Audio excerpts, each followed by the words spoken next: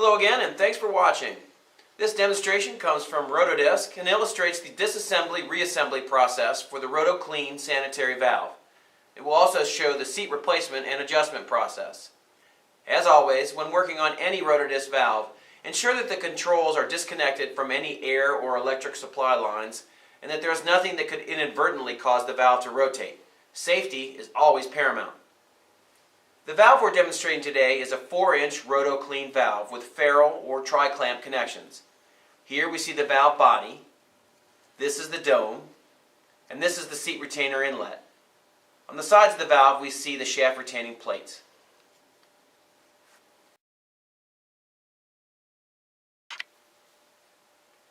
To disassemble the valve, start by loosening the thumb nuts that mount the actuator bracket to the bracket boss.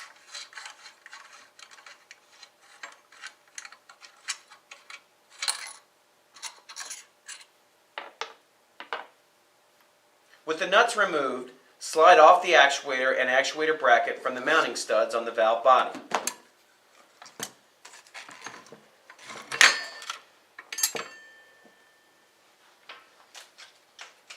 Now, remove the coupling from the actuator drive shaft, also known as the A-side shaft, and then the shaft retaining plate.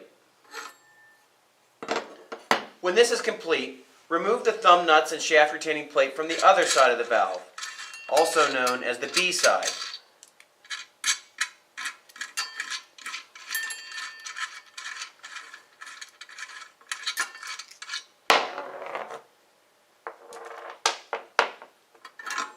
Now, remove the thrust washers from the shafts. These washers align the dome and the seat to the valve body. Next, remove the main body clamp.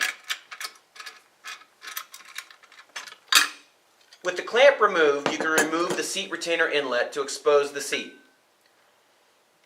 Rotate the dome slightly to provide a surface to grab onto and pull out the seat. With the seat removed, you can see the wafer-thin shims that sit underneath the seat. These shims are used to attain the proper seat compression or setting. We'll talk more about these later in this demonstration, but for now, just remove the shims. With the retaining plates, body clamp, and seat retainer inlet piece removed, the shafts and dome are free to be taken out of the valve body. Start by supporting the dome with your hand to allow the shafts to slide out more easily. Once the shafts are removed, you can take out the dome. If necessary, the bushings may be removed by pushing them out from inside the valve.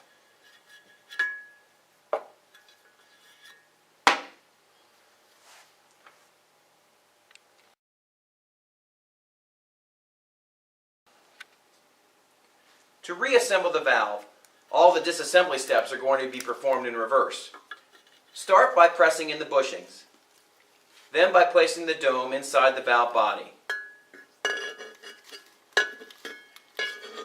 Next, insert the shafts through the bushings and into the square holes in the dome.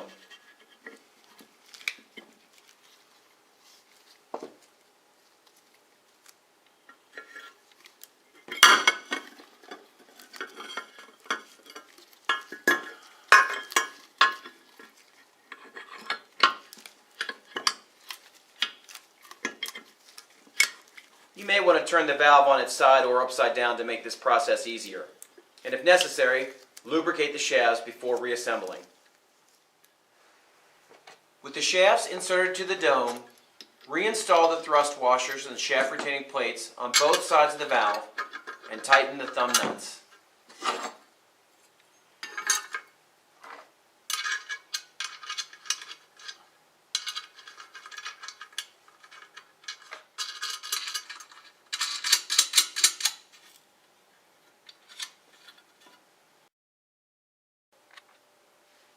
Now let's take a moment to discuss the seat replacement and adjustment process. If you're only trying to replace or readjust the seat, you would not have to remove the actuator, but of course you would need to make sure the pneumatic and electric supply lines are disconnected. Never work on the valve with the actuator connected to a compressed air source.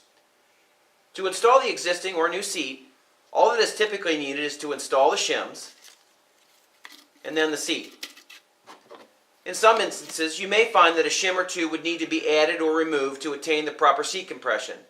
Adding shims will reduce compression, and removing shims will increase compression. Start by installing the new seat over the existing shim arrangement and then testing the valve after reassembly. The number of shims used varies slightly from valve to valve, but will normally be around 26 thousandths of an inch, made up from shims in various thicknesses.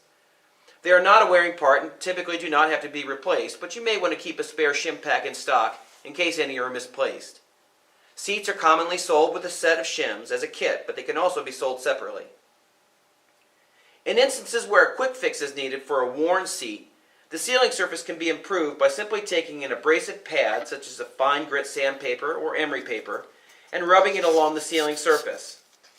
When doing this, make sure that an equal amount is removed on all areas of the sealing surface rather than just where the wear is evident, so as to avoid creating a gap in one area of the seat.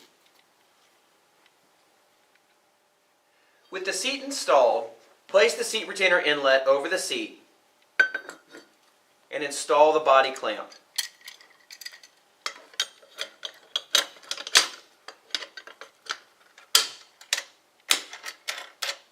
Tighten the clamp and then stroke test the valve. If you find there's too little compression, then remove a shim. If there's too much compression, then add a shim. You can also affect the seat compression by tightening or loosening the body clamp.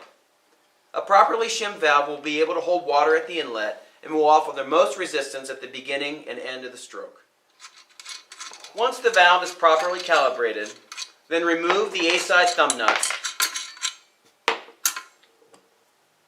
and install the coupling and then the actuator assembly.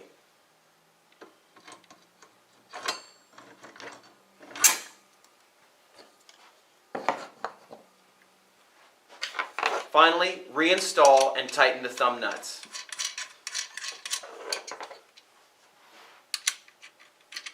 Now the valve is fully assembled and ready to go back into service.